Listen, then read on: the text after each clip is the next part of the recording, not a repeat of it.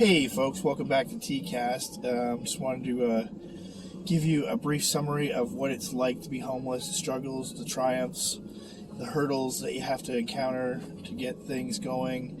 And with that, I'm going to introduce Frank. And Frank, if you could just tell us your story. I was homeless myself, both in 2008 and 2019, and I had a struggle with it, and I had to get out of the shelter as soon as possible. And with that, I'm going to turn it over to Frank, and he can tell you his experience. My name's Frank. I go by Freedom J Morency. You can find me on Facebook if you want. That's where I put all my writings. I've been writing since '95. Been homeless since May 28th, 2019. An active addict since age 13.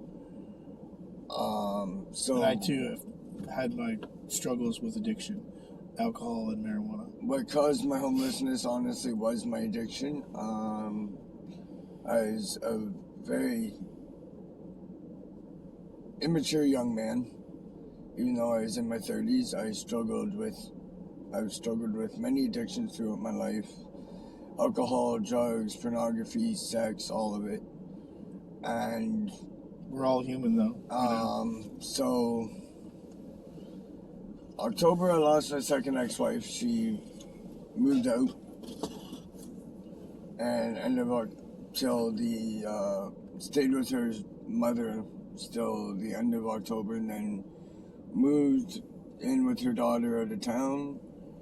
And pretty much the next month, December, I found a place out in downtown area, and a friend of mine started coming around and hanging out that I haven't seen in many years, and came by one time with crystal meth. That for me was probably the worst mistake in my life. I've struggled with crystal meth since that day. I've lost friends, I've lost relationships, I've lost family members, all because of that addiction. I lost my own place to live. My ex Kamala and I, because of our fighting, our arguing, and the drug usage, the condition of the apartment, all of it. And it's been an up and down spiral, roller coaster, whatever you want to call it, since that day. I've tried committing suicide, I'll be honest, multiple times over, due to the inability of feeling any self-worth. Because as an addict, I carry a lot of guilt, shame, and embarrassment over the life that I've led to this day. I've had multiple opportunities to get off the streets, to get a place to live, to do something with my life. And I honestly have not taken it out of mostly fear. New things and good things scare me, so when they begin to happen, I like to push away any way I can, because I just had the hardest time seeing any self-respect or love for myself. I've just recently been able to come to the acceptance of my life in its entirety. It hasn't been an easy battle. I've been beaten up out here. I've been robbed. I've been stolen from. I've been ripped off. Sold fake products. It's a hard life. And coming from an addict who's homeless as well, the biggest struggle in itself right now, I'd have to say, is how society views us. They view us as thieves, as it's not the case. Despicable, despiteful. I get a lot of mixed reviews. There are a lot of people like Tim here, honestly, who do reach out and want to shed light on the situation. And that's also part of the reason why I'm still out here, is to shed light on a situation that for the longest time has just been swept under the carpet. It is continually avoided. It is continually ignored. And it's not the government, it's not poverty. It in itself is humanity and society, and how we view each other and look at each other within our Let's own. give everyone a within chance, our own a fighting cliques, chance. Cliques, sects, groups, whatever you want to call it. To me, they're labels. They keep people apart from each other. If we take away the label poor, we take away the label rich, we take away the label homeless, we take away the label blue collar, white collar, working class, unemployed.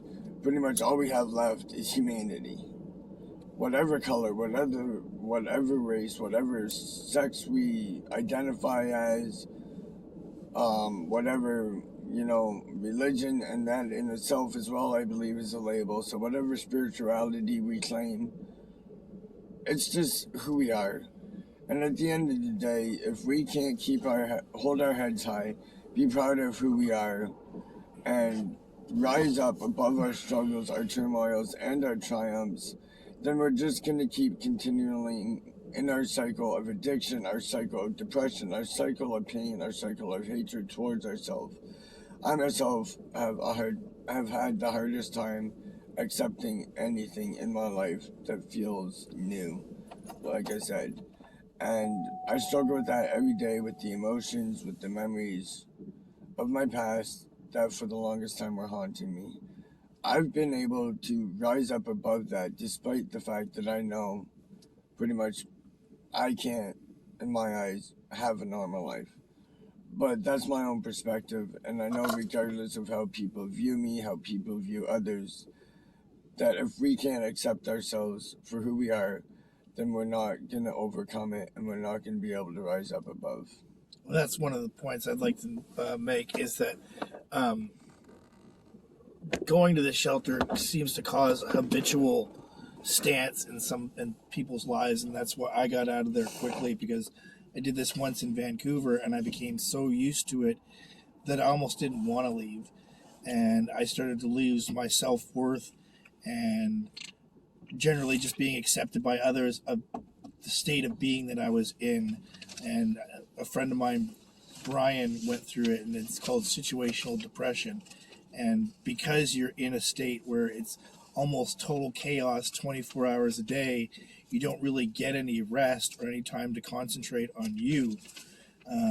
In fact, I knew a young man last year, and he was a really bright kid, and he had only smoked weed, and his parents didn't want him in the house, and he hung around with me and Jimmy, and you saw Jimmy. And then one day I asked Jimmy what happened to that young kid, and he said he just jumped off the pier at ALLL Avenue last month. So the kid was only 19 years old. His parents had thrown him out of the house because he smoked marijuana, and then 3 months later he had so little hope that he went down to the local river here and went to the spot in downtown, the ALLL Pier and riverfront, and just stepped off the pier, and he disappeared. That was it. He killed himself. So I think it's really strong that we get people out of this situation as soon as possible before it becomes habitual and they lose all of their own self-worth. And trying to get that self-worth and that dignity is really hard to get back, especially when society's pushing in on you, and people are heckling and calling this or that or the other, and really not just taking the time to consider each individual person for who they are and what you might be able to benefit by listening for just a few minutes, and how they could be benefited by just a little bit of kindness. Just say hello, I think is important. So with that, we're signing out, and this is TCast. This is Frank. Frank, is there anything else you wanted to add? God bless y'all, and you know what? TCast here, wonderful man. Hit him up, follow him. Great.